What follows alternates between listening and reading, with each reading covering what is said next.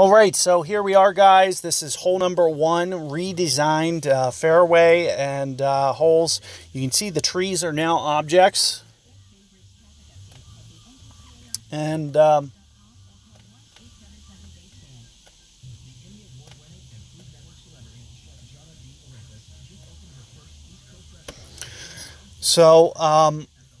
of the things that I usually do is I usually play the left fairway on this hole pretty much exclusively. I did put my QB on. I do want you guys, you don't need to necessarily focus on having the exact same club levels as I do. It's more about just trying to replicate my landing zone or spins. So here you're going to see me use 5 spin and just try to barely get it to that fairway. I don't want it to run out too far, and I want to be a little cautious. So I'm going to basically play about 5 rings of power, and we'll just figure out how much that goes for. And you can see that's roughly right around half power, plus 6 yards is kind of very close to half-ish power.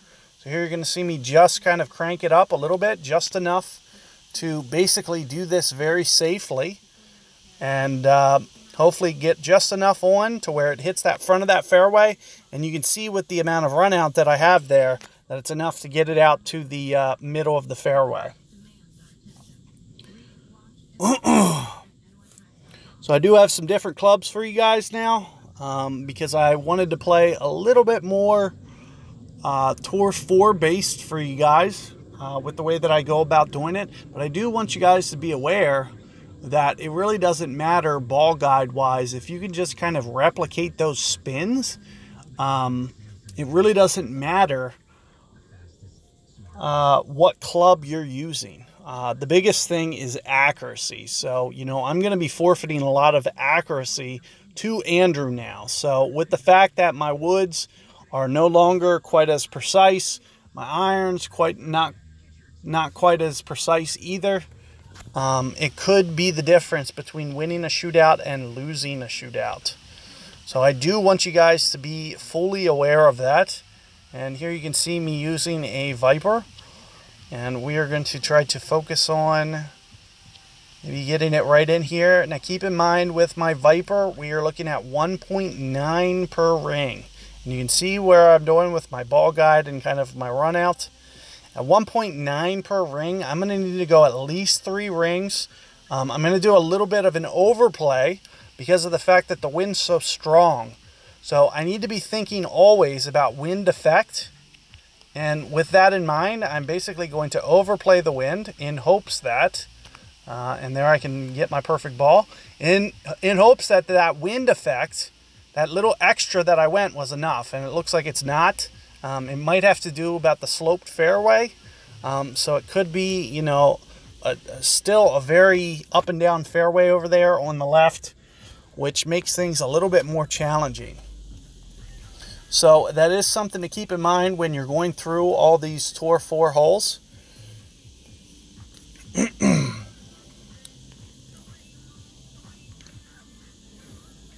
Let me see if I can't put this in real quick, see if we get a new hole or an old hole. So if it's new, I'm going to cut this off. Otherwise, we'll just put this in. We'll go to tiebreaker, and we'll just play it out. There's no reason that you guys specifically need me to give you old holes that you guys already know how to do. Here you can see it is the Glen Monarch shootout here, and we just played this one with a rough bump. And the last time I just played this hole, we are going to do it very similarly here. And I just want you guys to see that it's not going to matter if it's a sniper, a Viper, none of that matters. Okay, it's going to be more about the ball guide and just kind of, using it to the best of your advantage. And just being smart with the way that you go about setting up the shot. Also keep in mind, if I go, my typical shot is maybe 1 1/4 backspin, maybe very similar to that land zone. All things considered, that wasn't too bad. But I do want you guys to know that I might back off of that a little bit when we have a headwind like this. So you can see here, it's a very strong headwind. So what I'll usually do is I'll usually back off of that a little bit. So here you might see me use maybe 3/4, 1, somewhere in there. You can also see what I'm doing with my ball guide, kind of sticking it to the right of the hole intentionally before I play the rings. And I do want you to know 1.9 per ring. I play very, very close to spot up max ring adjustment. So a little bit more than 3 rings should be relatively perfect. Just try to straighten out that line if at all possible and just get this ball firing towards the hole. Here you can see that it is running out. It is starting to stop just a little bit, but all things considered, you know, not too bad of a shot. If you can hit it 2 yards consistently, you know, you're going to have good results. And especially going up against a sniper, you know, it is very, very challenging. So definitely something to keep in mind. But I'm going to break this up for you guys and catch you guys on the next one.